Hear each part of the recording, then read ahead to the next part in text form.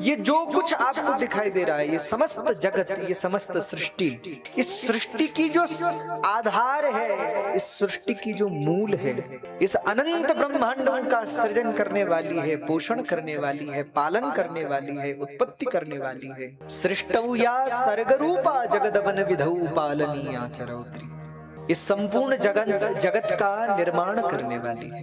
आप देखिए कितना सुंदर संसार है, कितने ऊंचे ऊंचे हिम शिखर, कितने सुंदर सुंदर वन प्रदेश, कितनी सुंदर सुंदर नदियां, सरोवर, झील, तालाब, इतना सुंदर आकाश, इतने सुंदर बादल। लेकिन आपने कभी कल्पना की है कि इन सब का निर्माण किसने किया होगा? कभी कल्पना करिए मन में, इतने सुंदर सुंदर दृश्य किसने बनाए होंगे? और जिसके चित्र इतने सुंदर हैं, वो चित्रकार कितना सुंदर होगा। जिस भगवती ने इस अनंत ब्रह्मांड को, इस अनंत जगत को बनाया होगा, और कितनी कितनी सुंदरता से बनाया है। एक एक वृक्षों को देखिए, एक एक पौधों को देखिए, जीव जंतु पशु पक्षियों को देखिए। भगवान की कितनी सुंदर रचना है, उस माँ की कितनी सुंदर रचना है। कहने का आशय है, जो समस्त जगत का सृजन करने वाली है, इस संसार को बनाने वाली है, और केवल बना देने का कार्य भगवती का नहीं है, अपितु पालनीय चरौद्री, पोषण भी करती है।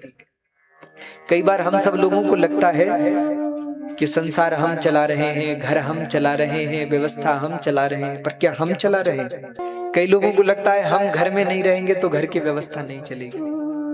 अच्छा, ये बात सच्ची है या गलत फहमी है लोगों की? बताइए।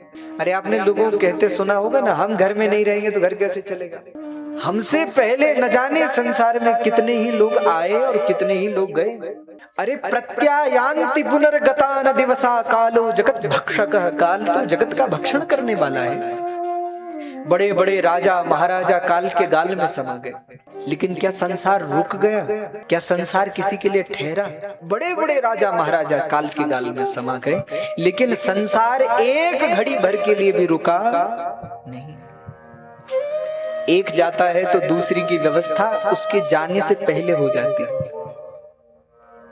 क्योंकि संसार की व्यवस्था करने वाली, पालन करने वाली, पोषण करने वाली कौन है?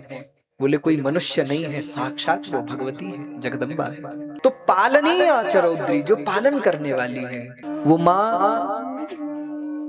जब जब जब संत कहते हैं, बोले जब दांत नहीं थे, जब छोटे से बच्चे का जन्म होता है तो उसके पास दांत नहीं होते, तो वो भगवती उसके लिए दूध की व्यवस्था करती है माँ के द्वारा। सबकी चिंता जिसको है, सबका पोषण करने वाली जो है, उसको ही हमने जगदम्बा के रूप में देखा, उसको ही हमने भगवती कहा। अच्छा, भगवती को अगर देखना हो तो कहां देखें? वैसे तो अनेक मूर्तियां, अनेक विग्रह हैं मां के, लेकिन मुझे लगता है भगवती के दो रूप विशिष्ट हैं। एक है सूक्ष्म रूप और एक है स्थूल रूप। सूक्ष्म रूप क्या है? तो जिस रूप से आप सबके, हम सबके मन में वो बैठी हुई है, दिन रात आप और हमको देखती है, हमारी बातों को सुनती है, हमारे विचारों को देखती है। वो भगवती का कैसा स्वरूप है? सूक्ष्म रूप है, अंतर्यामी है। और भगवती का दूसरा जो स्वरूप है, उस स्वरूप का नाम है स्थूल स्वरूप। स्थूल यानी जो बाहर दिखाई देता है। तो बाहर कैसे देखें? तो वेदों ने परमात्मा का वर्णन कैसे किया? वेदों ने कहा परमात्मा कौन है? तो चंद्रमा मनशोजात चक्षुः सूर्यो वजायतः। ये चंद्रमा क्या है? बोले ये भगवान का मन है, उस माँ का मन है। ये पेड़ क्या है? तो ये रोम है। ये नदियां क्या है? तो बोले नाड़ियां हैं। ये बादल क्या है? बोले भगवती के केश हैं, बाल हैं। इसीलिए जो कुछ आपको दिखाई दे रहा है, पेड़, नदी, पहाड़, जीव जंतु, पशु पक्षी, नर नारी, सब किसका स्वरूप है? जो बोली आप लोग बताइए। सब उस भगवती का स्वरूप है। उपनिषद कह रहे हैं, ईशावास्यमिदं सर्वं यत् किंच जगत्याम जगत्तेन तित्तेन भुंजयथा मागृधः कस्य स्विद्धनम्। ईशावास्योपनिषद का प्रथम मंत्र कहता है ईशावास्य मिदम सर्वम यत्किंच जगत्याम जगत। संसार में कण मात्र भी ऐसी जगह नहीं है जहां वह भगवती विराजमान न हो।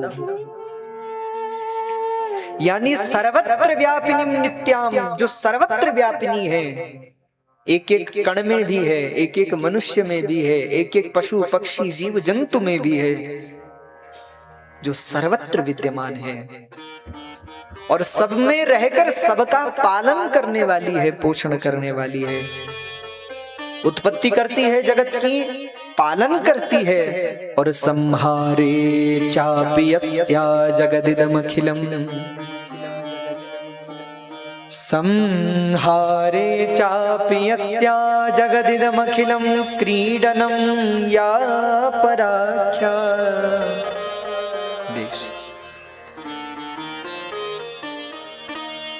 केवल संसार को बनाती है, चलाती है ऐसा नहीं, बल्कि समय आने पर संसार का विध्वंस भी कर देती है। समस्त प्रकृति को स्वयं में निहित कर लेती है, स्वयं में समा लेती है, संपूर्ण संसार को स्वयं में धारण कर लेती है।